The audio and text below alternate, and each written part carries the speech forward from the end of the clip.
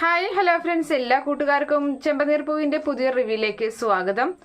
അങ്ങനെ നമ്മുടെ സുധിക്ക് വിഷമം സഹിക്കാൻ പറ്റുന്നില്ല. സുധിയാണെങ്കിൽ വളരെ സങ്കടത്തിൽ അങ്ങനെ നടക്കുന്നുണ്ട്. അവനങ്ങനെ തളർന്നിരിക്കുകയാണ്. സച്ചിക്കും രേവതിക്കും അവന്റെ വിഷമം കാണുമ്പോൾ അവർക്കും ഒരുപാട് സങ്കടം വരുന്നുണ്ട്. എന്തായാലും ശ്രുതി പോകുന്നത് നേരെ മീരയുടെ അരികിലേക്കാണ്. മീരയോട് കാര്യങ്ങളൊക്കെ പറയുന്നുണ്ട്. അതൊക്കെ കേൾക്കുന്ന മീരയ്ക്കും വല്ലാതെ സങ്കടമൊക്കെ തോന്നുകയാണ്. അങ്ങനെ അതിനുശേഷമാണെങ്കിൽ സുധി ഇനി തനിക്ക് ഒരു ജീവിതമില്ല, താൻ വിശ്വസിച്ച പെണ്ണ് തന്നെ ചതിച്ചു എന്നുള്ള അതിന്റെ പേരിൽ അവൻ ബാറിൽ കയറി കുടിക്കുകയാണ്.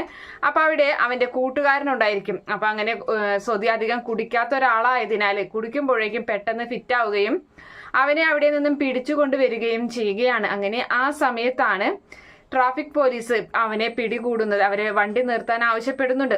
അപ്പോൾ ഫ്രണ്ടിലിരിക്കുന്നവൻ, വണ്ടി ഓടിക്കുന്നവൻ, കൂട്ടുകാരൻ മദ്യപിച്ചിട്ടില്ല. അപ്പൊ വണ്ടി ഓടിക്കുന്നവനെ കൊണ്ട് ഊതിക്കുമ്പോൾ മദ്യപിച്ചിട്ടില്ല എന്ന് മനസ്സിലാക്കി പോലീസ് അവനെ വിടാൻ ശ്രമിക്കുകയാണ്.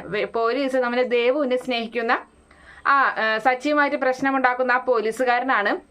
അപ്പൊ അതുകൊണ്ട് തന്നെ അവൻ പൊക്കോളാൻ ആവശ്യപ്പെട്ട് അങ്ങനെ അവർ പോവാൻ നിൽക്കുന്ന സമയം തന്നെ അവിടെ നിന്നും സുധി വണ്ടിയിൽ നിന്ന് ഇറങ്ങുകയാണ്. എന്നിട്ട് സുധി ആ പോലീസുകാരനോട് പറയുന്നുണ്ട്, എന്റെ കൂട്ടുകാരൻ കുടിച്ചിട്ടില്ല, എന്നിട്ടും എന്റെ കൂട്ടുകാരനോട് എന്തിനാ നിങ്ങൾ ഊതാൻ പറഞ്ഞത്? ഞാനല്ലേ കുടിച്ചിട്ടുള്ളത്, അവൻ വണ്ടി ഓടിക്കുന്നവൻ കുടിച്ചിട്ടില്ല, നിങ്ങൾ എന്തായാലും സോറി പറയണം അവനോട് എന്ന് പറയുകയാണ്. അപ്പൊ അത് കേൾക്കുന്ന പോലീസ് പറയുന്നുണ്ട്, എന്തിനു സോറി പറയുന്നു എന്ന് ചോദിക്കുകയാണ്. ഉറപ്പായിട്ട് നിങ്ങൾ സോറി പറയണം, നിങ്ങൾ തെറ്റ് ചെയ്തതാണെന്നൊക്കെ പറഞ്ഞ് അങ്ങനെ പോലീസുകാരോട് തട്ടിക്കയറുകയാണ്. ഈ സുധിക്ക് യാതൊരു തരത്തിലുള്ള ബോധവുമില്ല. അങ്ങനെ ഒരുപാട് സഹി കേട്ടുമ്പോൾ പോലീസ് പറയുന്നുണ്ട്, എന്തായാലും ഇവനെ തൂക്കിയെടുത്ത് പോലീസ് സ്റ്റേഷനിൽ കൊണ്ടിടുക എന്ന് പറയുകയാണ്. അങ്ങനെ അവനെയും കൊണ്ട് പോലീസ് സ്റ്റേഷനിൽ കൊണ്ടിടുകയാണ്. ഇത് ഒന്നും അറിയാതെ സച്ചിൻ രേവതിയൊക്കെ സുധിയെ കാണാനില്ലാത്തതിലെ പേരിൽ അങ്ങനെ ഇരിക്കുകയാണ്. അപ്പോ ആ സമയത്ത് കോളിംഗ് ബെൽ അടിക്കണ കേൾക്കുമ്പോൾ രവി പറയുന്നുണ്ട്, സുധി ആയിരിക്കും, നീ ഒന്നും പറയാൻ നിൽക്കണ്ട സച്ചി എന്ന് സച്ചിയോട് പറയാണ്. അപ്പോ വാതിൽ തുറന്നു നോക്കുമ്പോൾ കാണുന്നത് സുധിയുടെ കൂട്ടുകാരനാണ്. സുധിനെ പോലീസ് അറസ്റ്റ് ചെയ്ത് എന്നെ പ്രശ്നങ്ങളൊക്കെ ഉണ്ടായി എന്നുള്ള കാര്യങ്ങളൊക്കെ ആ കൂട്ടുകാരൻ വന്ന് പറയണ കേൾക്കുമ്പോൾ അവർക്ക് വിഷമമാണ്. പെട്ടെന്ന് തന്നെ പോലീസ് സ്റ്റേഷനിലേക്ക് എത്താമെന്ന് അവർ തീരുമാനിച്ചു. അവർ വേഗം തന്നെ പോലീസ് സ്റ്റേഷനിലേക്ക് ചെല്ലുകയാണ്. അവിടെ എത്തുമ്പോൾ ഈ പറയുന്ന സുധി അവിടെയും പ്രശ്നം ഉണ്ടാക്കിക്കൊണ്ടിരിക്കുകയാണ്. എന്നെ എന്തിനാ പിടിച്ചു വെച്ചത്, എനിക്ക് ഒരുപാട് ഡിഗ്രിയൊക്കെ ഉള്ളവനാണ്, കണ്ട ഞാൻ പഠിച്ചിട്ടുണ്ട് ഒരുപാട് എന്നൊക്കെ പറഞ്ഞ പോലീസുകാരൊക്കെ വളരെ അവരെ ദേഷ്യപ്പെടുത്തുന്ന രീതിയിലാണ് സംസാരമൊക്കെ. പിന്നെ തനിക്കൊരു ബ്രദറുണ്ട്, അവൻ വന്നു കഴിഞ്ഞാൽ നിങ്ങളെയൊക്കെ തല്ലി തകർത്ത് എന്നെ ഇവിടെ നിന്ന് പിടിച്ചുകൊണ്ട് പോകും എന്നൊക്കെ പറഞ്ഞ് അങ്ങനെ നിൽക്കുകയാണ്. ആ സമയത്താണ് സച്ചി വരുന്നത്. സച്ചിയും രവീന്ദ്രനും അതുപോലെ സുധിയുടെ കൂട്ടുകാരനും കൂടി വരികയാണ്.